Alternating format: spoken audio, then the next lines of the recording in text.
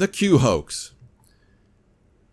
There's a delusion that has made my skin crawl for more than the past couple of years, and I now call it the QHoax. I don't think that I've ever said a positive thing about Q. I might have had some hopes that at the very beginning that they might have been real. The idea that Trump was going to drain the swamp was compelling, but what Q was saying did not make sense in the real world. And as the days and weeks and months wore on, it became more and more clear that Q was an utterly foul hoax. The question is, did any of the Q followers learn a lesson about this hoax? If you still believe that Q was real, please stop reading now, stop listening, and go somewhere else. I mean that. I have no interest in wasting my time trying to help those who love lies more than the truth. If you were a follower of this Q hoax and have not repented of this, with all the proof that we now see, get out. I want nothing to do with those who persist in believing this stupid lie. That's right. If you choose lies over the truth, get out. The door is back there. Choose the one marked New Apostolic Reformation or Flat Earth door next to it. Or choose David Icke, Steve Quayle, Hagman, SGT, X22, or any of the other fine purveyors of awful lies and hallucinations. Choose any flavor of delusion that you might like, but just leave. Let's all wait for the Q followers to leave the room. Now, are we ready to continue? Great. The whole Q hoax thing was aptly described in an article by someone who specializes in creating games for adults, the running around in a maze and solving mysteries kind. He describes himself like this, quote, "I'm a game designer with experience in a very small niche. I create and research games designed to be played in reality. I've worked in alternate reality games, ARGs, LARPs, experience fiction, interactive theater, and serious games. Stories and games that can start on a computer and finish in the real world. Fictions designed to feel as real as possible, games that teach you, puzzles that come to life all around the players, games where the deeper you dig, the more you find, games that with rabbit holes that invite you into wonderland and entice you through the looking glass," close quote. From his article, A Game Designer's Analysis of QAnon Playing with Reality by Reed Berkowitz. You don't need to have that kind of experience to see how the Q hoax was created. I've been watching, analyzing, and playing computer games since the 80s, and there is a class of games that succeed because they have philosophies and psychological manipulations that make them so incredibly appealing, especially the role-playing games or RPGs.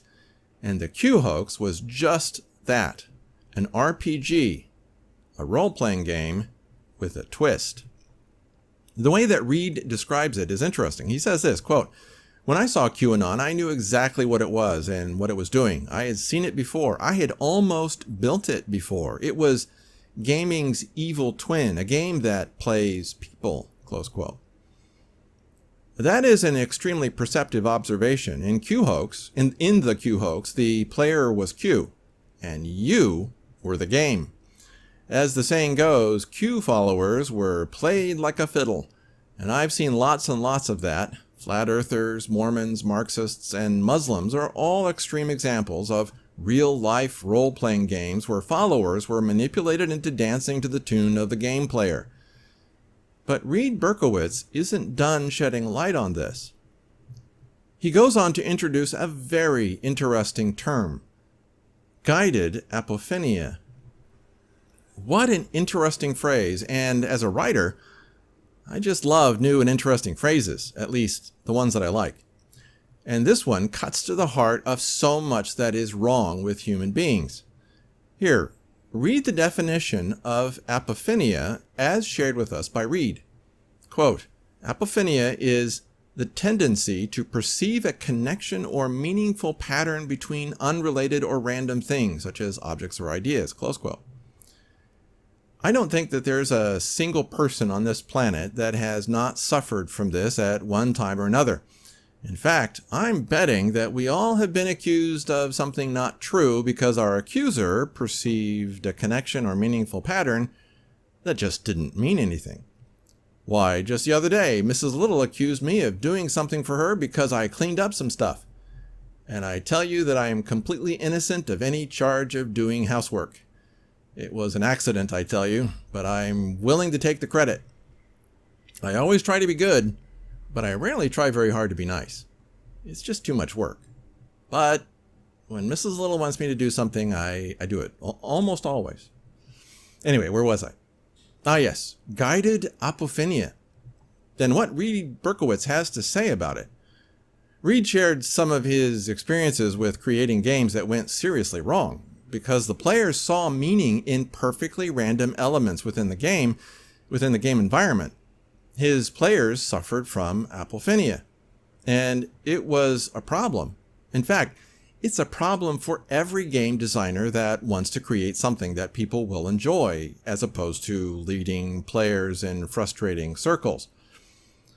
Here's what Reed says, quote, "If you are a designer and have puzzles and have a plot, then apophenia, A-P-O-P-H-E-N-I-A, is a wild card you always have to be concerned about," close quote. Yeah, that's a problem. You don't want people to get distracted by, oh, look, a butterfly, and wander off track if you have a point to make or even just a destination in mind. But then Reed makes an interesting connection to the QHoax. Quote, "QAnon is a mirror reflection of this dynamic. Here, in QAnon, apophenia is the point of everything. There are no scripted plots. There are no puzzles to solve created by game designers. There are no solutions. QAnon grows on the wild misinterpretation of random data presented in a suggestive fashion in a milieu designed to help the users come to the intended misunderstanding." Maybe guided apophenia is a better phrase. Guided because the puppet masters are directly involved in hinting about the desired conclusions.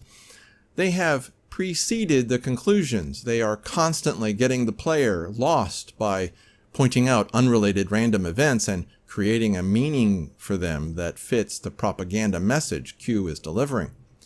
There is no reality here, no actual solution in the real world. Instead, this is a breadcrumb trail away from reality, away from actual solutions and towards a dangerous psychological rush. It works very well because when you figure it out yourself, you own it. Actually, we also call that the IKEA effect. Look it up. You experience the thrill of discovery, the excitement of the rabbit hole, the acceptance of a community that loves and respects you, because you were convinced to connect the dots yourself. You can see the absolute logic of it because you did that. This is the conclusion you arrived at. More about this later. Everyone on the board agrees with you because it's highly likely they were the ones that pointed it out to you just for that purpose. Close quote. The QHoax was a masterpiece of psychological manipulation. In fact, it was so good that I doubt that any quote-unquote intelligence agency had anything to do with it. Most government entities do not have the creativity that something like this would require. Always remember that big organizations always suffer from the Peter Principle. Look it up. Always. No exceptions. The Peter Principle. So, forget the intelligence thing. That one is just stupid. If you've ever watched the mistakes that the Israeli intelligence services have made, you'll know exactly what I mean. But let's think about more than just this Q hoax. Think about all the other hoaxes out there that people believe. Go on BitChute and look at all the neo-Nazis, anti-Semites, anti-Zionists, flat earthers, skin color nationalists, UFO fanatics, David Icke, radical libertarians, New Agers, and the guys who think that reptilians are a thing. BitChute is so full of such garbage that I get a kind of nausea every time I look at that site. There are some good people posting on that platform, but more than 90% of the content is one hoax after another. It's just so stupid. But back to the Q hoax. Reed Berkowitz seems to lean left in his political ideology, but he consistently makes important points throughout his article. And here's one to remember. Quote, "Real people in the government with important information to disseminate deliver it as fast as possible, usually all in one go. They don't make you solve things. They try to be as specific as possible. They are whistleblowers. Daniel Ellsberg, the Pentagon Papers, Edward Snowden, Chelsea Manning, etc." Close quote. Notice that the QHoax did the exact opposite of what a whistleblower would do. The QHoax was leading you on with hints and allegations that could not be proved. Real whistleblowers never do that. In the rest of his article, Reed dives into some of the psychological manipulations in the QHoax before going on and looking at some of the Illuminati hysteria that has captured the minds of some Christians. In the early years of Omega Shock, I got caught up in some of those speculations about the Illuminati, Freemasons, and other conspiracy theories. And some of those theories have a lot of fact behind them. I know people involved in some of these conspiracies. And I've seen some of these organizations at work. Seriously, I actually have some personal evidence. So I know that they are real. But I have come to realize that they aren't nearly as effective as people think. At least, they aren't as effective as Satan would like them to be. And worse, most of the conspiracy theories out there are just plain wrong. It's time for all of us who love the truth to ask ourselves about proof. It's time to consider real evidence instead of dystopian theories about nefarious intent.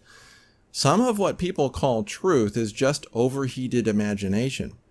That needs to stop. If nothing else, you need to realize that we are giving too much credit to cretins. Seriously, a lot of these conspiracies are pretty stupid and badly organized. Yes, they are real. Yes, they are evil. Yes, they will kill a lot of us as they try to take over the world.